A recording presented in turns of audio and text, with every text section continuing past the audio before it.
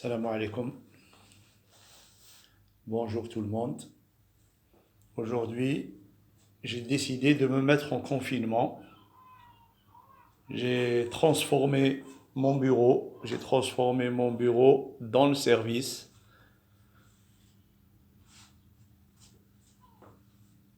en, en chambre de confinement. Voilà, j'ai mis un lit.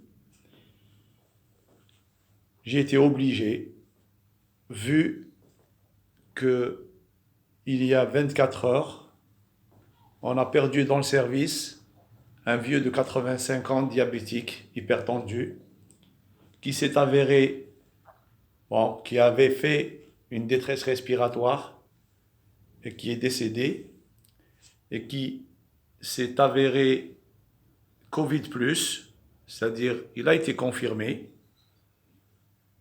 et avec lequel on a passé toute une soirée à le réanimer, l'intuber. Après, après son décès, on a dû, l'infirmier et moi, l'envelopper dans les règles avec de l'eau de Javel, un sac, euh, comment on appelle ça, un sac hermétique, et on a fini nous-mêmes par le mettre à la morgue.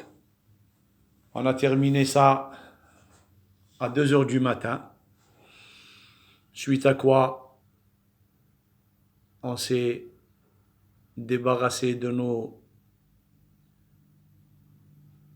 euh, de notre tenue d'usage à usage unique. Puis on s'était douché. La première nuit, je l'ai passé chez moi avec mes enfants tout en prenant mes dispositions. Mais aujourd'hui, après avoir eu les résultats, j'étais obligé de me mettre en confinement dans le service. Alors j'ai transformé mon bureau en chambre de confinement. Et comme je suis le seul spécialiste en la matière, je suis obligé de continuer à travailler tout en faisant attention aux autres, tout en portant mon masque chirurgical, en attendant qu'un petit renfort, c'est-à-dire un pneumophysiologue vienne demain me donner un coup de pouce.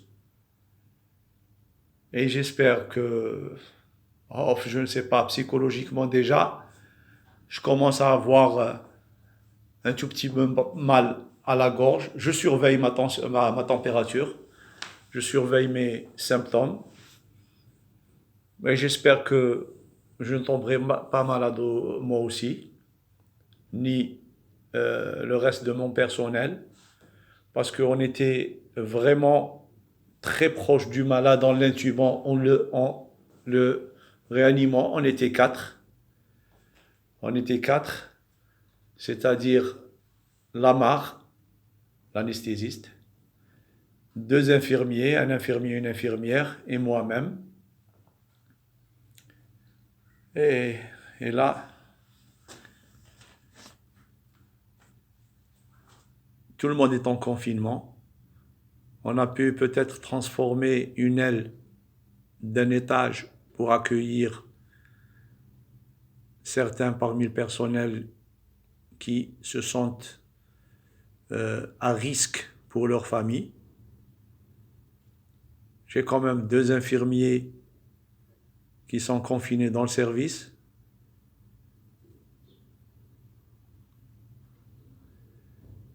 Tout en espérant des suites meilleures et une fin rapide de cette épidémie,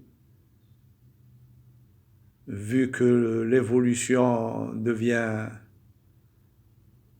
un peu inquiétante.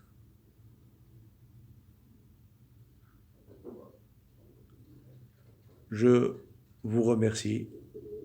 et à la prochaine.